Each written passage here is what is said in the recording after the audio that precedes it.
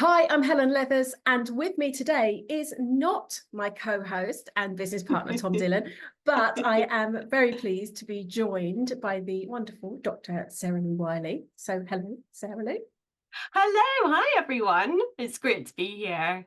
It's lovely to have you here, and we're going to have a bit of a chat with hmm SaraLou Wylie about her being a coaching doctor. So I'm really looking forward to this conversation. So just very quickly, we'll come on to your work and your hobbies and interests and the coaching stuff. But hmm just for our listeners, where are you based, SaraLou? So I am in Sheffield. I'm in Sheffield in the UK, and it is currently gloriously sunny. It's the hottest day of the year thus far, so aren't we lucky? That's fabulous. It is also sunny here in the Midlands, and we just Yay! actually had a bit of thunder. So I'm hoping we Uh-oh. don't get that while Yeah, we're yeah, yeah. recording. But yeah, very atmospheric. Yes. So let me just do a quick introduction because I've got a bit of hmm a bio from you here. hmm So for our listeners, Dr. SaraLou is a certified marine life coach, a GP, a yogi who specialises in coaching professional women with overwhelm, burnout, and stress. And SaraLou's hmm holistic approach helps them to regain control of their lives, feel like them again, and live life with joy and presence. Sounds Yeah. wonderful. Yeah, sign me up. I'm thinking. And right up my street, absolutely, the sort of coaching that I love to do as well. Yeah, So yeah. I think we've got a similar vibe, haven't we, for sure? Yeah. yeah, absolutely. And you completed your coach training with us a hmm little while hmm ago. That's right. So we'll come on to the coach training in a bit, but Yeah. once you'd completed that, how hmm did you hmm get started in coaching as a career? Yeah, really good question. I mean, what a journey. Not to use the cheesy phrase, but it is a humongous journey, isn't it? So I think as medics, we are very much on a treadmill where everything's laid out, the path is laid out in front of us. And I very much wanted to make coaching my main job. I wanted to create my own business. And I didn't really know where to get started with that. So because the path it's not an obvious path, is it? You make it up as you go along, mostly.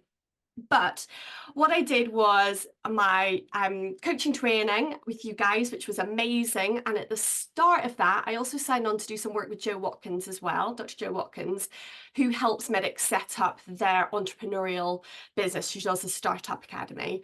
And so I started up with her and found that community and support, and really just started from there, just chipping away at it and learning that to set up your coaching business, it's all about systems. So if you want to get to the bit that you love doing, which is the coaching, there's the systems to set up in the background as well. So chipping away at that bit by bit, and doing it alongside the coaching, just so I could keep that in mind. That was my goal to do all along. Because like with all new things, I think particularly as medics, we really grab it with both hands, don't we? We just think, okay, I'm just going to do this. I'm going to do it really, really well. I'm going to do it really perfectly, and then it'll all be done. But actually, you don't get that with an entrepreneurial journey. And so you have to start leaning into this discomfort of not necessarily knowing what's going to happen when you do something or what will come next. And so I would say a lot of inner work was done along the way at creating this coaching business, but it has been absolutely amazing. I finished my training in December. So December 23.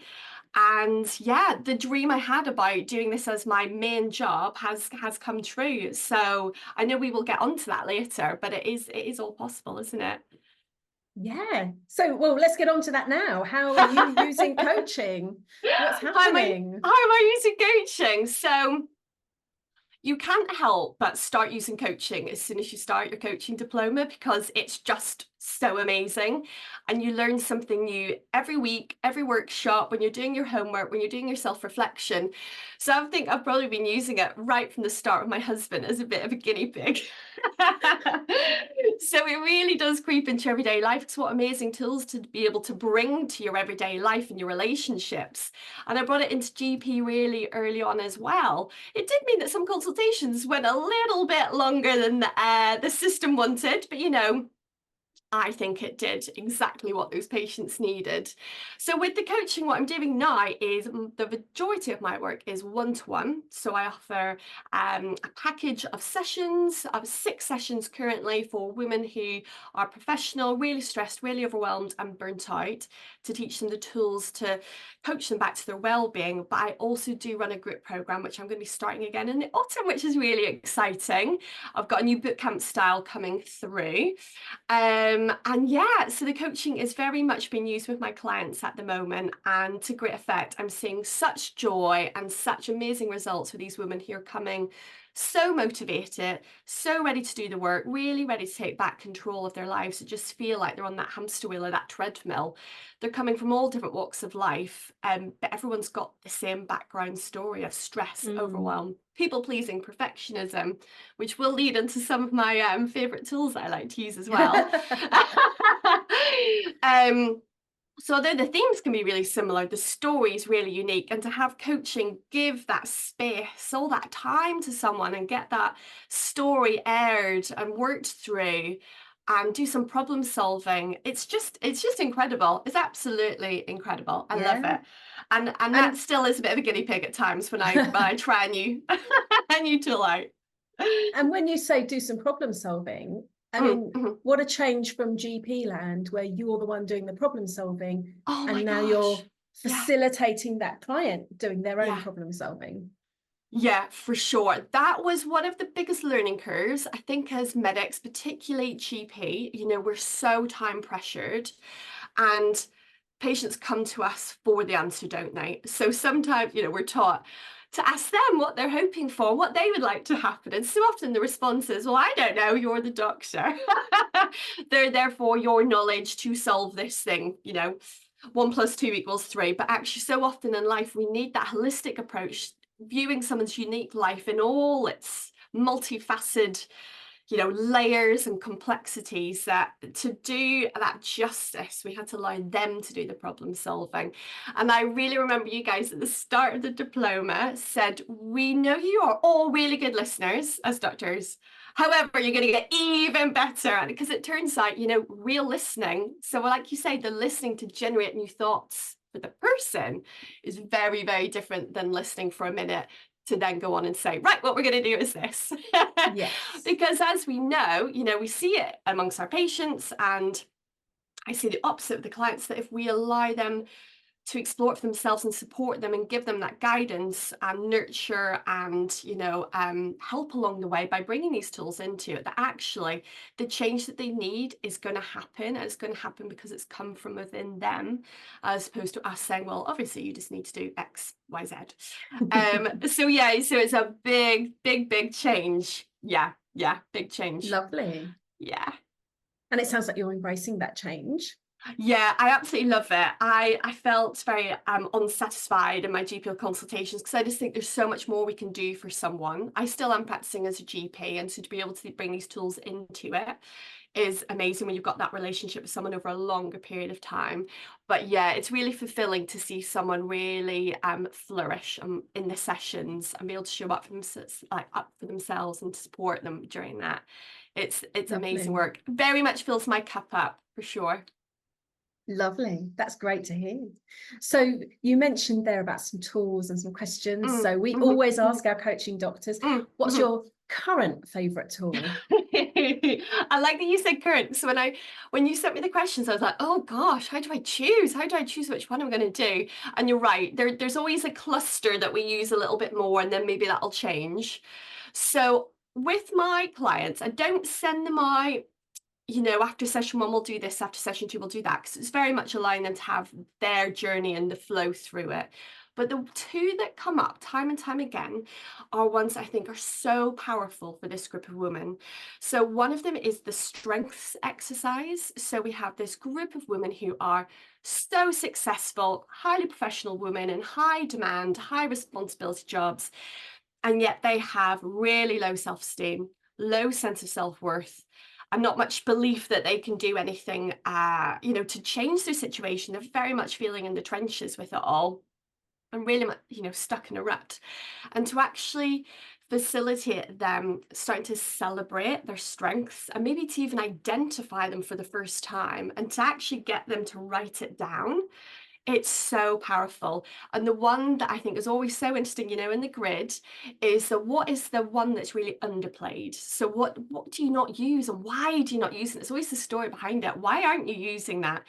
Because some of the women will put in, well, actually, I'm really ambitious, but I feel like I shouldn't be. And the backstory is so interesting with that, isn't it? But also the learnt behaviors, that one was a massive eye opener for me when I started doing the coaching tools. We do them ourselves, don't we, as we go through the diploma, was the learnt behavior, something that you're actually pretty good at, but it's not from within you. It's something that you're good at and people want you to do because it'll help them, but it doesn't give you any joy. It doesn't give you any, it doesn't get into that flow state that we talk about, but it gets a job done. And so that one's so interesting when you start to shed light on that one being, something that's maybe a bit, let's say negotiable, that strengths we want to amplify them, the learned behavior. Let's start to quieten them down a little bit. Sometimes you need to do what's necessary. But yeah, that one was amazing. And can I have one more? Oh, go on then. Go on then. I'll be shorter. As Helen knows, I do chat. So it's the river of life. I love the river of life as well. And the reason is, again, the professional women, they're coming through with stories that's happening on repeat. So it's the cycles of perfectionism, the cycle of people pleasing, absolutely exhausting them, driving them to the brink of their energy and reserve. And actually, when you do something like the river of life, you start to see the pattern, you start to see where it was coming from. And it's great just to give that bird's eye view of it, so we don't get bogged down in the individual events themselves, but it's using that knowledge to drive the conversation and the discussion about, it's not, you don't, a lot of people think, well, it's just the way I am, but actually, is it the way you are, or can we do something about that and rewrite some of this? So I love that, what that taps into. Yeah, and allows that creative side to come out. Yeah, and I love that phrase you used, the story on repeat. Yes, because that's I remember when I first started doing work for myself with the company that I then trained with as a coach, and I suddenly said, oh, this is a cycle of behavior. This is a story on repeat. I've done this since I was 17, and that needs to stop. And that was to do with, for me, taking on too much and then becoming overwhelmed, and my reaction to that. And that I just love that phrase. It just says it all, really, doesn't it? A story on repeat. It does. And so many of us, because I really strongly identify with these, many of these traits as well, and to actually look back and see where it maybe the very first time, like you just said, at 17 it started. Okay, so it wasn't there, it's not part of you. So what can we do to let it, let that grip, let the reins of control it has over your life just start to slacken off and allow you to flourish without it, like you said, overwhelming you. Because all these things are there trying to help you and trying to protect you and trying to keep you safe, but actually, unfortunately, it's just not what we need. We need those to quieten down and for our true self to come through. So it's amazing. It's amazing when you see the stories emerge, isn't it? Yeah, I love that. And tapping on the drivers and injunctions, it's incredibly powerful. That's absolutely some of my, I've got too many favorites. We do so much, don't we? We cover so much on the course. You really do. Yeah. So in terms of, if you had to pick one question, that would be, your current favorite, what would it be? That's so hard, isn't it? That is so tough.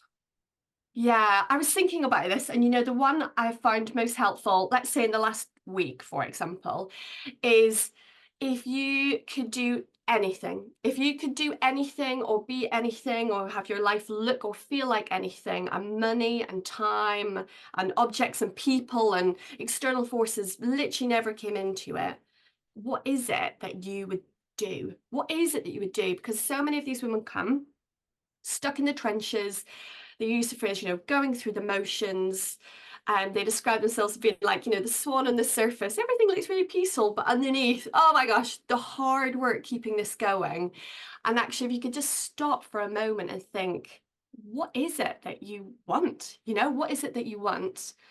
What is the change you want to see? And then let's work back from there. Now that we've got a sense of this, let it feel it in your body, feel it in your mind, embody it, and then, okay, now let's work towards it. Yeah, that's probably my favorite at the minute, because a lot of women, I think it's this idea of getting them to look up again. We're so in the Mm, mire. So just look up, and what do you want? What do you want it to look like? That yeah, one is really powerful. Yeah, that's my yeah. fave this week. Excellent. I like that. Your favorite this week. And Yeah.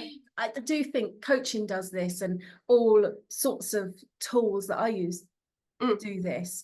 mm. That idea of being stuck like this with your Yeah. blinkers on, and Yeah. then coaching, any personal development work, being on the Mm, coaching course, it starts yeah. to Yeah. allow you to take the blinkers off and see with your peripheral vision and see Yeah. the bigger picture, and Yeah. that's where it becomes really, and start to see the future as well, and where you would Yeah. truly love to be. So Yeah. I love that Absolutely. as well. Yeah. So you've It's so mentioned, powerful. Yeah.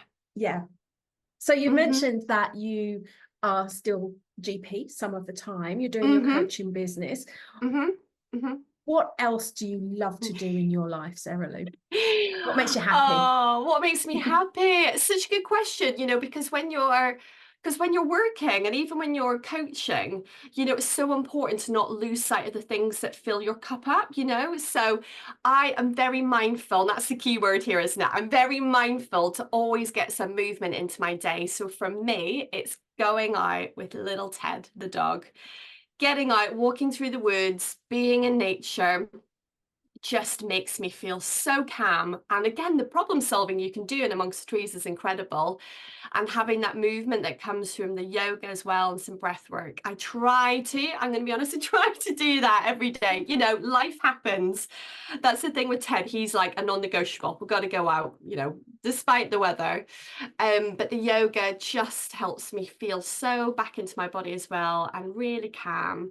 And the person, obviously my husband will be listening. He's very much brings me great joy, but it's my daughter, being with my daughter.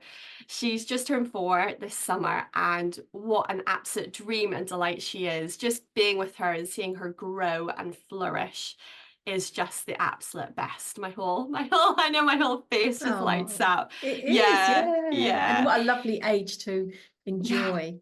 Yeah, it's Yeah. absolutely amazing. And she just gives me so much hope for the future, because she is just the epitome of, what we are underneath all our stress. So she is confident, and she's curious, and she explores, and she's got complete and utter self-belief. Like, yes, that is what we need to channel.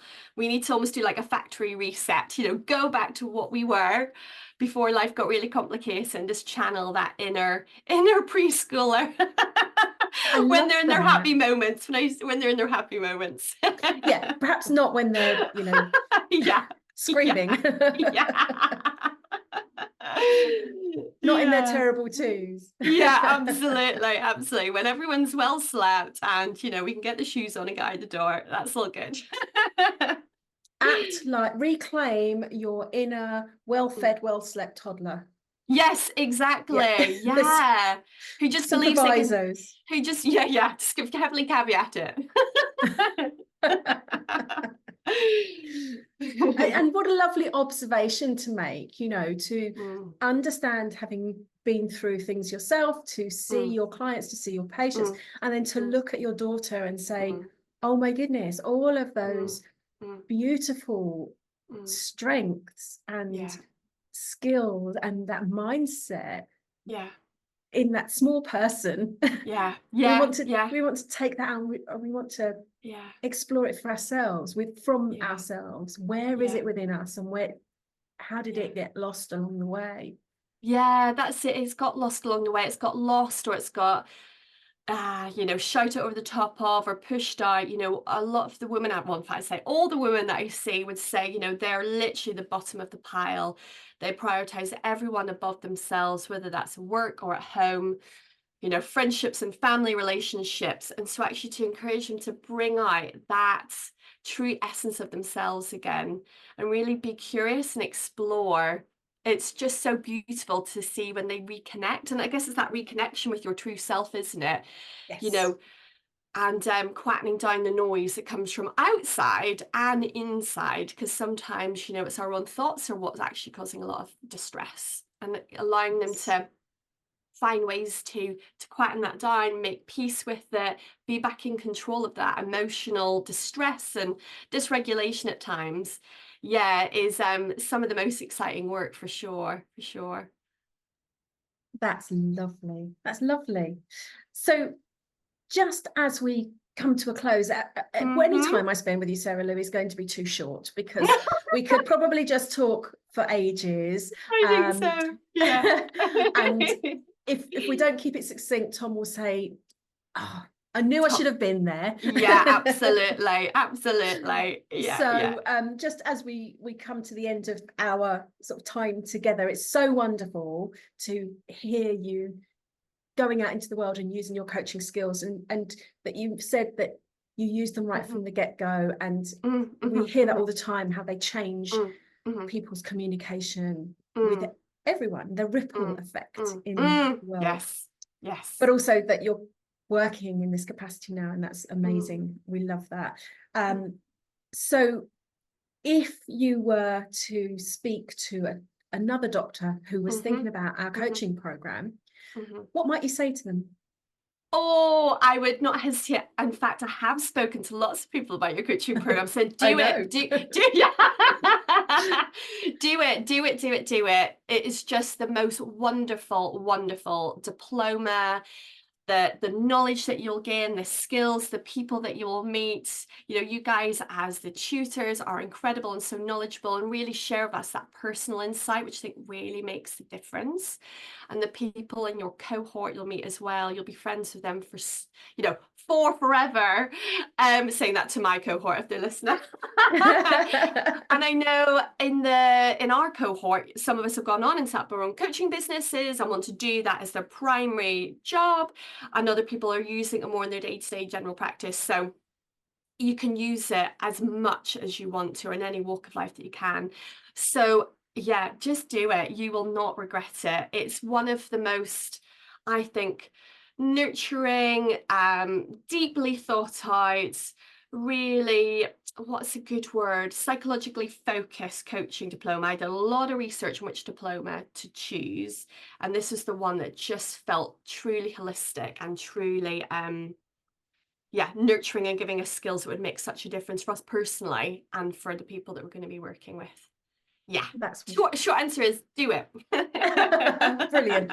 I love that, because it is a journey for everyone as well, and I love that you use the word nurturing, because one of the things we absolutely endeavour to do is to create that psychologically safe environment, so that people can explore for themselves the coaching tools as well.